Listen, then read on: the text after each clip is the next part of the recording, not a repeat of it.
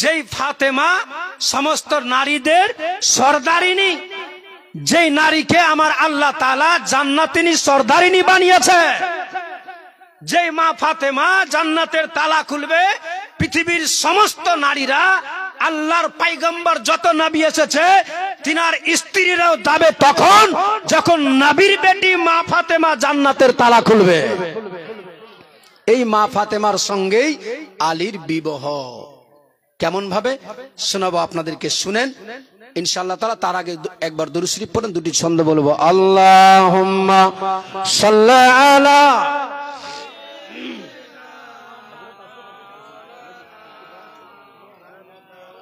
ওয়ালা আলে সাইয়্যিদিনা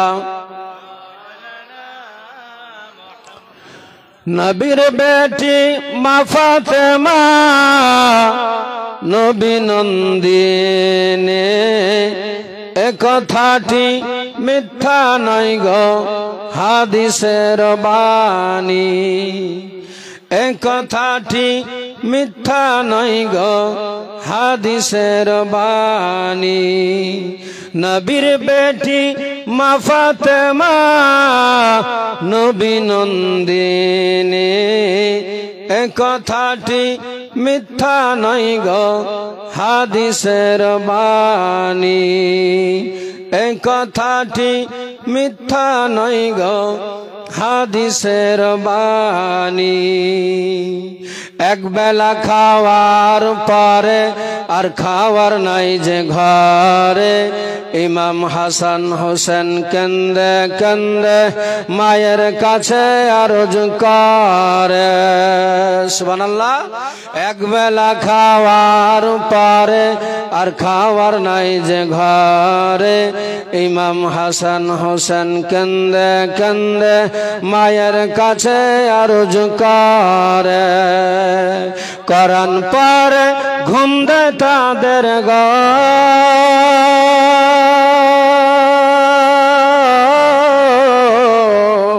কোরআন পড়ে ঘুম দেয় তাদের ওই মধুমাখা বাণী জান্নাতের রানী।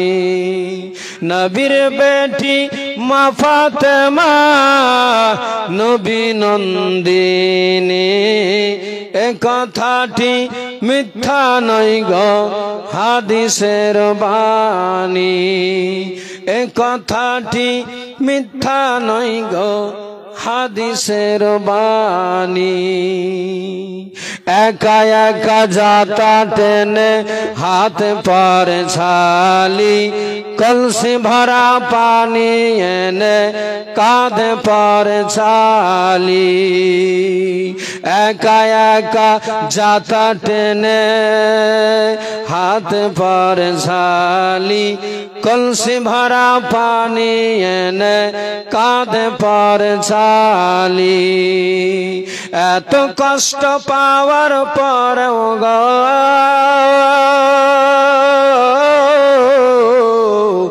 এত কষ্ট পাওয়ার পরেও ওই আলীর কাছে কিছুই চাইনি, জান্নাতের রানী।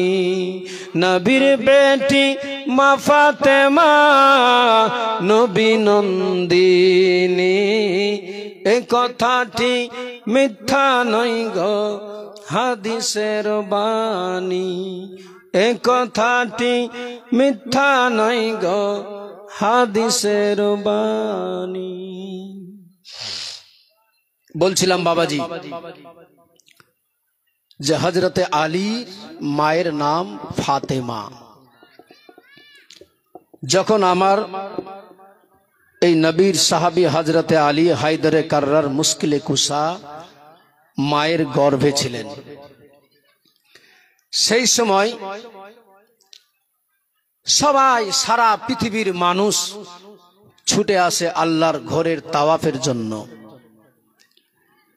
এই ফাতেমা আলীর মা, তিনিও নিয়েছেন চিন্তা যে আল্লাহ তোমার ঘরের তাওয়াফের জন্য, তোমার ঘরের জিয়ারতে সারা পৃথিবীর মানুষ ছুটে আসে, তাই আমারও মন চাই তোমার ঘরটাকে যেন আমি তাওয়াফ করতে পারি বেশি করে, বলুন সুবহানাল্লাহ। তখন হযরতে আলী নিজের মায়ের গর্ভে, সারা পৃথিবীর মানুষ ছুটে আসে ওই মক্কাতে আল্লাহর ঘরে কাবা খানার তাওয়াফ করবেন বলে। কাবা খানাতে সবাই আসে, সারা পৃথিবীর মানুষ এসে পৌঁছায়। ও বেরাদার মুসলমান বাবাজি ভাইরা, হযরতে আলীর মা ফাতেমা সেই সময় আল্লাহর দরবারে দোয়া করেন, মাবুদ আল্লাহ গো, সারা পৃথিবীর মানুষ আসে তোমার ঘরে দিদার করার জন্য, তোমার ঘরের তাওয়াফ করতে। ও মাওলা তাআলা, আমারও একটু সুযোগ করে দাও, তোমার দরবারে যেতে পারি, যেন তোমার ঘরে যেন যেতে পারি। ও আল্লাহ, তোমার খানা কাবাতে গিয়ে যেন আমার শক্তি হয়ে যায়, আমিও যেন তাওয়াফ করতে পারি সেখানে। আমার আল্লাহ তাআলা ওই ফাতেমার দোয়া কবুল করে নিলেন। ফাতেমার দোয়া কবুল হয়ে গেল। ওই আলীর মা ফাতেমা, সারা পৃথিবীর মানুষ ছুটে আসছে ওই আল্লাহর ঘরে কাবা খানাতে। আলীর মা ফাতেমাও চলে গিয়েছে কাবা খানাতে। সমস্ত হাজার হাজার মানুষ, লক্ষাধিক মানুষ এসে ওই কাবা খানাতে তাওয়াফ করতে আছে। তাদের সঙ্গে আমার আলীর মা ফাতেমা তিনিও তাওয়াফ করতে লেগে গেলেন। তাওয়াফ করতে করতে একবার হয়ে গেল, দ্বিতীয় তাওয়াফ করতে লেগে গেল, তৃতীয় তাওয়াফ করে চতুর্থ তাওয়াফ করার সময় হঠাৎ করে যেন ওই আলীর মা ফাতেমার যেন প্রসবের বেদনা শুরু হয়ে গেল, পেটের ব্যথা যেন আরম্ভ হয়ে গেল। হাত দুটি উত্তোলন করে বলে, মাবুদ ওগো আল্লাহ গো, তোমার ঘরে এসেছি আমি আল্লাহ, সারা পৃথিবীর মানুষ এসেছে তোমার ঘরকে তাওয়াফ করতে। মাবুদ আজকে আমি এই তোমার বান্দি এসেছি তোমার ঘরে, এই মুহূর্তে হঠাৎ করে আমার পেটের বেদনা শুরু হয়ে গিয়েছে। ওগো আল্লাহ, আমার হঠাৎ করে মনে হয় প্রসবের বেদনা শুরু হয়ে গেল। মাবুদ এখন যাব তো যাব, কোথায় যাব, কোন দিকে যাই গো মাওলা? সারা পৃথিবীর মানুষ তোমার ঘরের চতুর্দিক দিয়ে ঘেরাও করে আছে, সবাই তাওয়াফ করে। ওগো আল্লাহ তাআলা, যাব তো যাব, আমি কোথায়, এই মুহূর্তে কোন দিকে যাব? ওগো আল্লাহ তাআলা, তুমি ছাড়া আমার কোনো বাঁচার রাস্তা নাই। ওগো মাওলা তাআলা, তুমি জিন্দাকে মুর্দা বানাতে পারো, মুর্দাকে জিন্দা করতে পারো, অসম্ভবকে সম্ভব করতে পারো, সম্ভবকে অসম্ভব বানাতে পারো। মাবুদ এখন আমার সাহারা কেউ নাই তোমার এই আমার পাশে। ওগো মাওলা, তুমি ছাড়া আমার কেউ নাই আজ আমার পাশে। মাবুদ সারা পৃথিবীর মানুষ এসেছে এই জায়গাতে, তাদের সামনে আমারে তুমি বেজ্জত করিও না মাওলা। আমি যেন তাদের পাশে, তাদের কাছে যেন আমি লজ্জিত না হয়ে যাই। একমাত্র ইজ্জতের মালিক তুমি আছো মাওলা। দয়া করে মাবুদ কোন জায়গায় যেন আমার আশ্রয় হয়ে যায়। যেমনি বলেছে, বলার সাথে সাথে আমার মনিব মাওলার দরবারে আরশে আজিমে ওই ফাতেমার দোয়া কবুল হয়ে গিয়েছে। আমার আল্লাহ গায়বী আওয়াজ দিয়ে বলে, ফাতেমা ও ফাতেমা, তুমি চিন্তিত হয় না, চিন্তিত হয় না। আমি আল্লাহ তাআলা তোমার জন্য ওই দেখো আমার যে পছন্দনীয় ঘর আছে, আমার যে খানা কাবা ঘর রয়ে আছে, যেই ঘরের জন্য সারা পৃথিবীর মানুষ আছে, ও ফাতেমা আমি আল্লাহ তাআলা তোমার জন্য আমার খানায় কাবার ওয়ালটাকে ফাটিয়ে দিয়েছি। জোরে বলেন, ও ফাতেমা ওই দেখো না তোমার জন্য কাবাখানার ওয়াল ফেটে গিয়েছে। যেমনি দেখেছে আল্লাহর দরবারে হাত দুটি উত্তোলন করে দোয়া করে, মাবুদ আল্লাহ গো, তুমি ছাড়া আমার কেউ নাই। এই বিপদের মুহূর্তে তুমি একটা বিশাল বড় আমার রাস্তা বের করে দিলে। ও মাওলা তাআলা, যাব তো যাব কেমন করে মাবুদ। ওই ফাতেমা কাবাখানার ভিতরে চলে গেলেন। যেমনি গিয়েছে, যাওয়ার সাথে সাথে হযরতে আলী শেরে খোদা হায়দারে কাররার মুশকিলে কোসার আসার সময় হয়ে গেল। এ বেরাদার, শটে বলি লম্বা ইতিহাস রয়ে আছে। হযরতে আলী শেরে খোদা মায়ের গর্ভ থেকে চলে আসলেন কাবাখানার ভিতরে। যেমনি এসেছে, সবাই যেন খবর পেয়ে গেল কাবার ভিতরে আবু তালিবের ছেলে জন্ম নিয়েছে, এখন বর্তমানে কাবার ভিতরে আছে। আমার নবীর চাচা আবু তালিবের কাছে খবর পৌঁছে গেল। আমার নবীর চাচা আবু তালিব শুনতে পেল যে কাবাখানার মোতওয়াল্লি হিসাবে তখন নিয়েছে। যেমনি শুনেছে আবু তালিব বেরিয়ে যাচ্ছেন কাবাখানার দিকে। আমার নবী দোজাহানের বাদশা সেই সময় বলেছিলেন, আমার নবী দোজাহানের বাদশা সেই সময় বলেছিলেন, চাচা গো, ওগো চাচা কোথায় যাচ্ছেন এই মুহূর্তে? আমার নবীর চাচা বলেন, বাবারে এখন যেতে হবে আমাকে কাবাখানাতে। কেন চাচা, কি হয়েছে? বলে, বাবারে আমার সন্তান জন্ম নিয়েছে কাবার ভিতরে, একটু দেখতে যেতে হবে তারে, নিয়ে আসতে হবে তারে। আমার নবী বলেন, চাচা একটু আমার কি সঙ্গে নিয়ে যাবে? আমার কি নিয়ে যাওয়া যাবে? আমার নবীর চাচা বলেছিলেন, বাবারে এত লোকের মাঝে, এত কষ্টের মাঝে তুমি যাবে কেমনি করে? যাওয়া দরকার লাগবে না, আমি যাচ্ছি তাড়াতাড়ি করে, ফেরত চলে আসবো নিয়ে বাড়িতে। আমার নবী বলেছিলেন, চাচা গো, ওগো চাচা, আমি গেলে কোনো ক্ষতি হবে না, আমি গেলে তোমারে কোনো ডিস্টার্ব করব না, তবে চাচা গো একটু সঙ্গে নিয়ে চলেন না আমারে। আমার নবীর কথা শুনে মায়া হয়ে গেল, দয়া হয়ে গেল, অন্তরে দয়া চলে আসলো। সঙ্গে সঙ্গে বলতে লাগলেন, বাবারে যখন এত রকম বলো তুমি চলো তাহলে। আমার নবীজিকে সঙ্গে করে নিয়ে চলে গেলেন ওই কাবাখানার পাশে। আমার রাসূলুল্লাহকে দাঁড়িয়ে রেখেছে, বলে, বাবারে একটু দাঁড়াও তুমি এখানে, আমি ঢুকি কাবার ভিতরে। যেমনি গিয়েছে, যাওয়ার সাথে সাথে নিজের সন্তানকে কোলে তুলেছে। দেখছে সেই সন্তান চোখ খুলেও যেন তাকায় না, কান্নাও করে না, কোনো আওয়াজ পাওয়া যায় না। আবু তালিব সেই সময় দেখে অঝুর নয়নে কেঁদে কেঁদে যাচ্ছেন, যেন চোখ দিয়ে টস টস করে পানি বয়ে যায়। আমার নবী বলেছিলেন, চাচা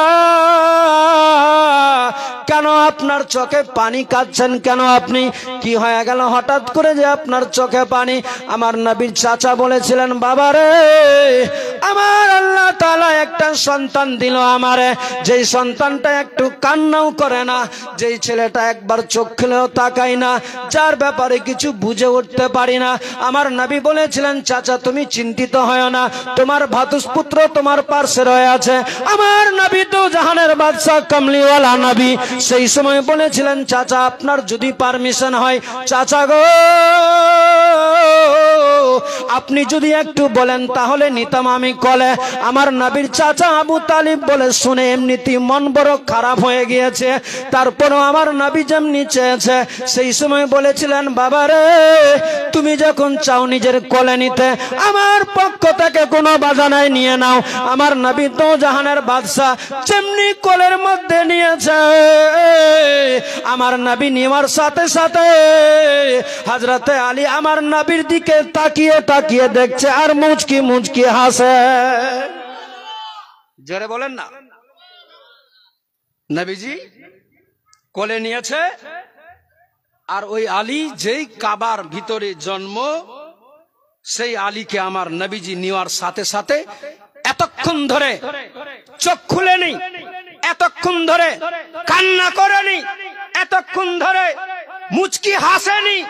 নবী আমার যেমনি কোলে নিয়েছে, নেওয়ার সাথে সাথে মুচকি হেসে আমার নবীর দিকে বুলবুল করে তাকিয়ে দেখছে। ওই আলী বড় হয়ে গেল। সেই সময় আলীকে জিজ্ঞেস করা হয়েছিল, ওগো আলী, ওগো আল্লাহর বাগ, আপনি যখন কাবাখানার ভিতরে, সেই সময় আপনার মা ছিল আপনার পাশে, মায়ের দিকে তাকালে না, চোখ খুলে কান্নাও করলে না, যার ফলে তোমার মায়ের কলেজা ফেটে যাচ্ছিল দুঃখে। তোমার পিতা গেল তোমার নিকটে, সেই সময় তুমি চোখ খুলে তাকালে না পিতার দিকে।